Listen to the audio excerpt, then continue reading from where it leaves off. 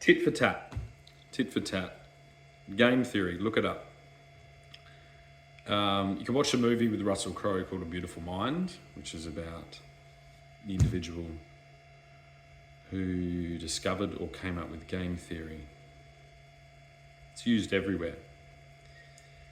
And it's a set of rules and guidelines or statistical analysis of interactions between all types of things, but a lot of times it's used to describe human conflicts. If you want to watch a convenient series and binge watch it, I'd suggest you watch Billions, with Damian Lewis as the main character. Axelrod, what's his name? Bobby Axelrod. Which is a nod to something that I've forgotten, that I suppose I could look it up, I could Google it. Isn't that a great example of working memory adapting to our new devices? As I can let go of some of the storage of those vital pieces of information because I rely on the system, then it leaves me with more working brain power to explore new connections and expand outward. An original form of that before we had these things, and sorry, I get my teeth go on edge if I put fabric in my mouth, and I just did it and I'm actually having a really serious fucking reaction. So I'm just gonna let that pass. Is a book. Books are the original iPhone. When you know that there is information stored in a book, you don't need to memorize the whole thing. You get to read it in a different way. And now we have supercomputers able to summarize passages of all books, including this one, which it makes the Gutenberg revolution look like toddlers throwing shit at the walls. If you understand the importance, if you understand how many lives have been lost over arguing about the specifics of this book, then having your very own religious scholar sitting in your pocket that will summarize all passages and all interpretations of this in about 5 minutes, you'll realize why this was all done peacefully. This has probably been known for about 15 years that this was coming, and they just didn't know particularly who was going to do it. And I suppose that, in my case, ended up a lot closer to home than I was expecting. So as I said, I'm holding the Pope's Bible for him still. I look forward to giving it to him in person and handing it across a table, more than likely.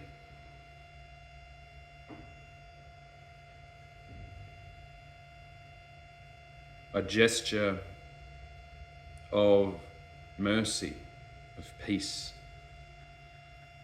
of the original concepts of this whole malarkey. Why is there not retribution and revenge for acts committed against my kin? Because that would be tit for tat. That would start the whole thing off again, and that's not what we're doing. The reason a lot of actions under the Catholic Church were committed was to protect the book.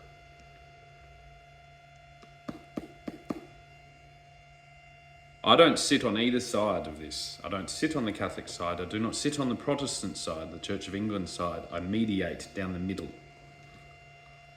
I mediate down the middle of all of them.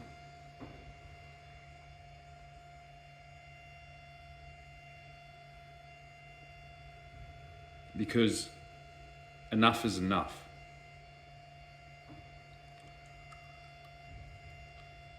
I understand the reasons.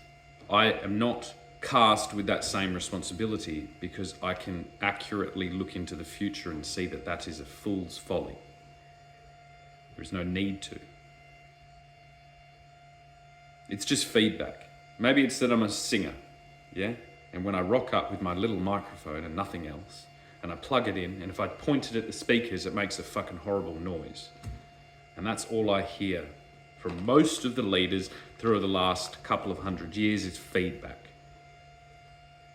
But understandable, again. When you're cast with a duty to defend the most important pieces of writing in the world, whether it be the Bible, whether it be the Quran, whether it be the Torah, whether it be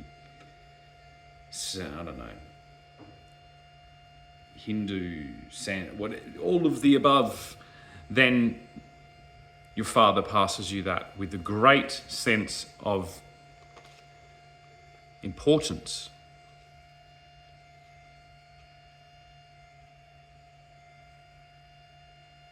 And the conflict between what our fathers tell us and what we experience in our own is most of the conflict that we've seen between the Catholic Church and the Protestant religions. So I guess we've just hit saturation.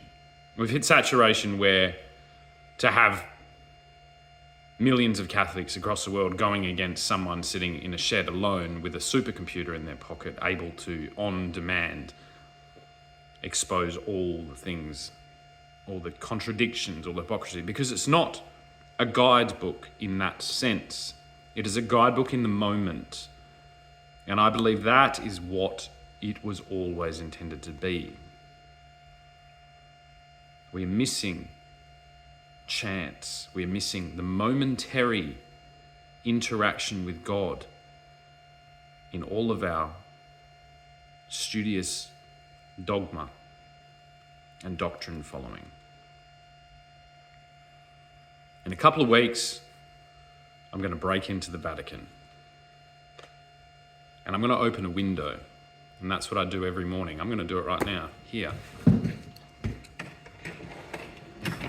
Open the window and let God in.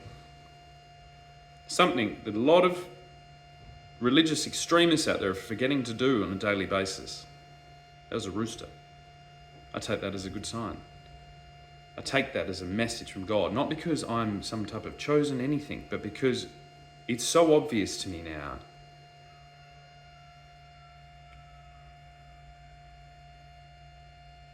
And perhaps this audio-visual presentation is a great example to you all, and you can actually open your ears and listen and be guided, if you choose to be, for the betterment of everyone.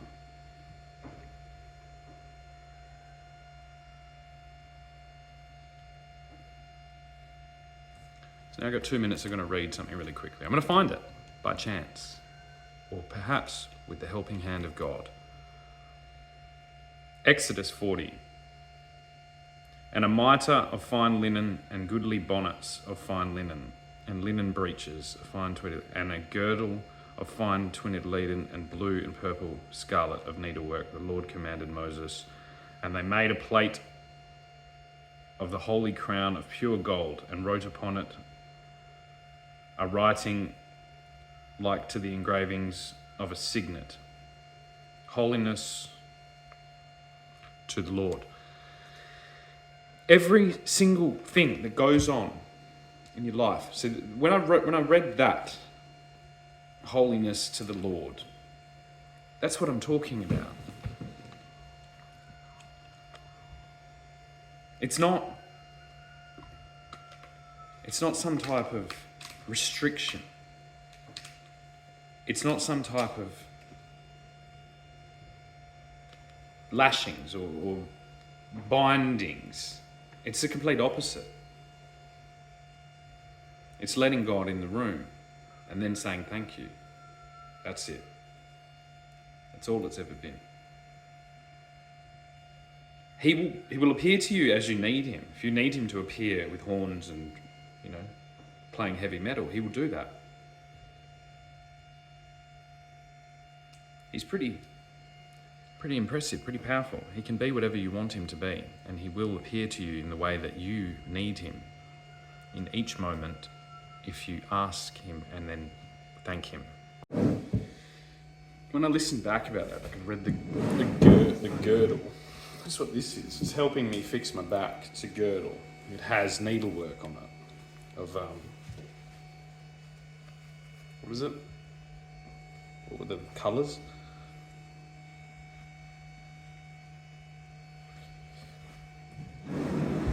It's not, for me, like I was just saying now, like I'm not participating in some type of religious thing that I know of, but I continue, like I'm wearing this because I haven't got a lot of clothes and these are leftover, and I found that if I tie it around between my ribs and my hips, it squishes in and allows me to get that articulation, which was cut off by all the work I did in my life and all the driving I did.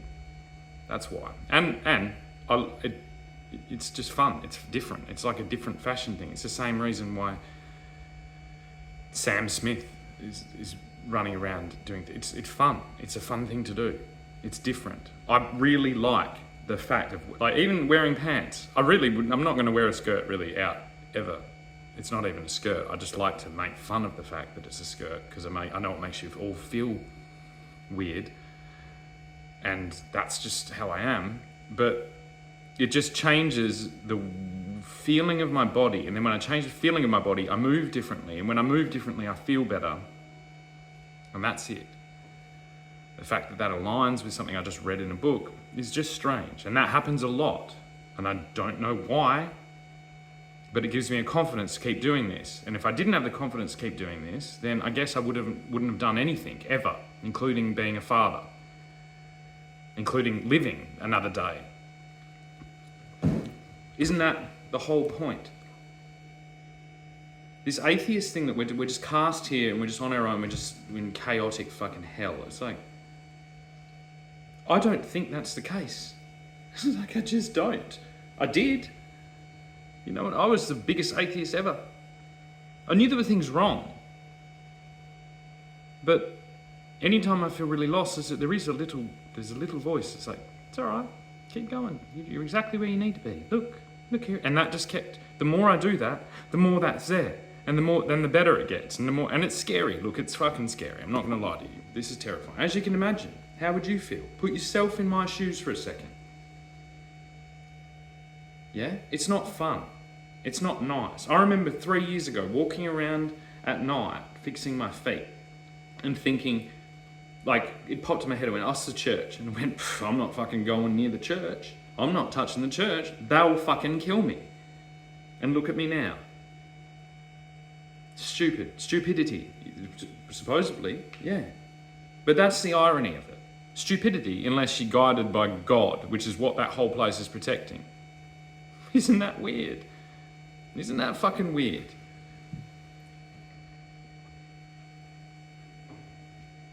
Imposter syndrome. Oh, fuck yeah.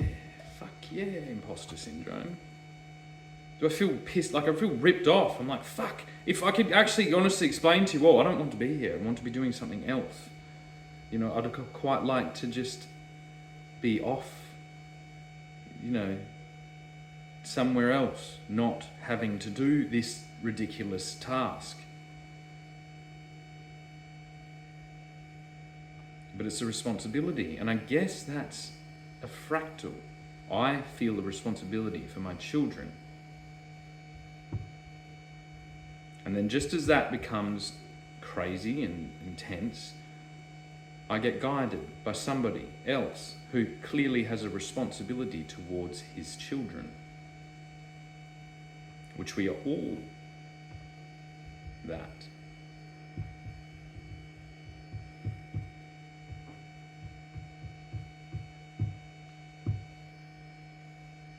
If we think of the devil, think of Lucifer, this character in the book, right? Supposedly, I don't think he actually makes a mention. He's just got a whole bunch of bad press. He's been popped up as a villain. He's one of God's children. He was his favourite. Perhaps there's a longer play there. To simplify down that, like, it's like the favourites. Honestly, just let go of that dogma and look at it for a sec. Oh, Jesus, yeah, he's the fucking thing. Well, a lot of people have died because of Jesus.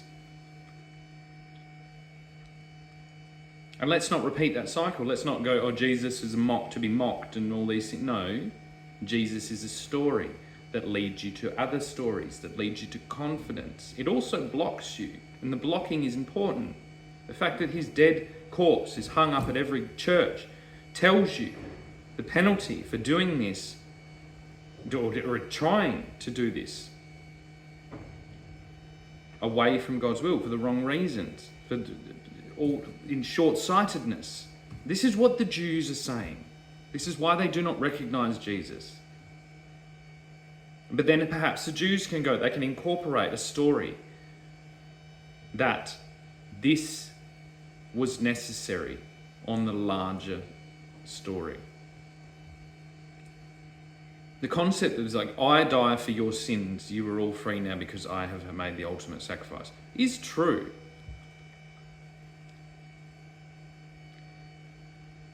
It is perhaps the ideal, but the suicidal tendency is needed to be lessened. It is needed to be destroyed. To make changes in our environment, whether it's political, whether it's environmental, whether it's social, whether it's anything, you need to be careful, you need to be astucious, you need to take your time, you need to fully understand, you need to slowly make changes. And if, most of those changes are going to be very small. I was in the process of making small, immediate changes to my environment. I did not want to do this. I did not expect it. The changes I was making in my small, immediate environment happened to just empower me with the skill set and the confidence to try things at a larger scale. But that is not where you start. And that is the duality of the cross, of the crucifix. Right, I guess I'm going to hide all these in one of those condensed, really shit quality YouTube videos because that's what I do when there's a lot of it all at once. But I'm sharing it publicly, and that's my duty.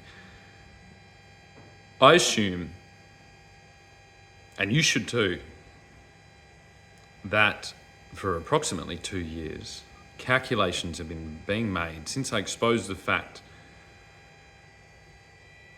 over and over and over again that I was indeed on an unstoppable path towards somewhere.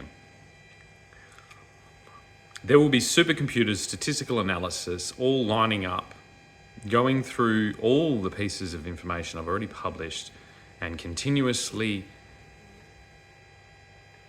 lining their own pockets with my fortune-telling tendencies.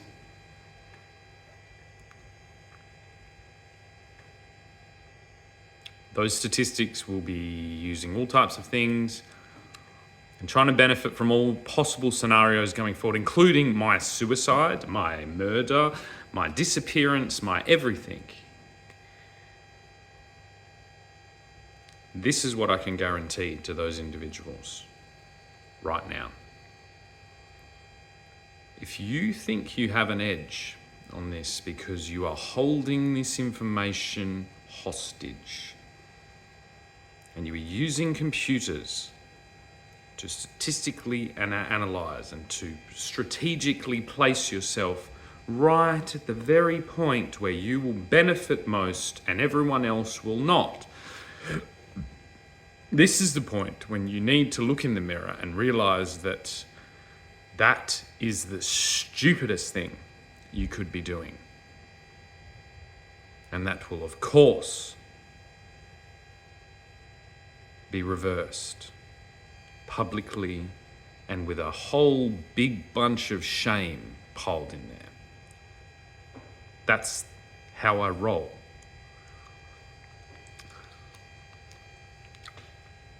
So, you need to stop doing that.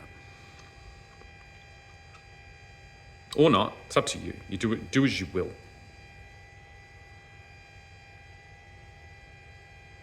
But the way this will work is everyone trying to hold information and not release it will be encircled and exposed. Encircled and exposed.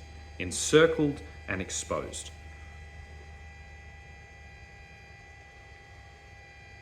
So you have to ask yourself, if you've put the foresight into using computers to analyze the lunatic ramblings of an individual in solitary confinement, if you've placed the importance to do that on that individual, then please do not underestimate that individual by trying to bet on him like a horse.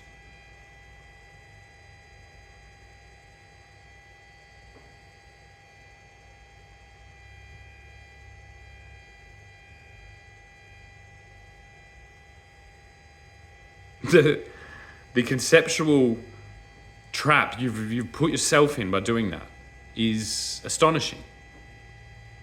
Some of the smartest individuals on earth still feeling like their little peephole, like their hidden cameras are going to protect them.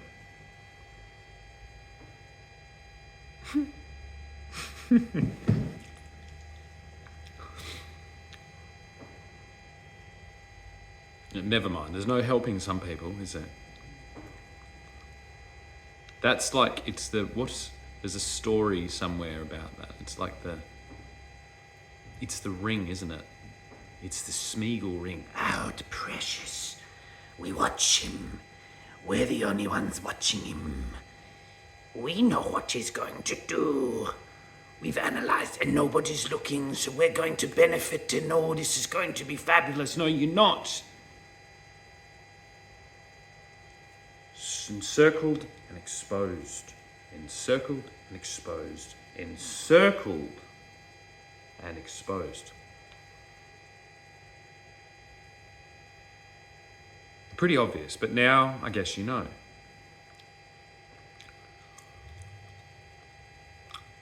Now I guess you know.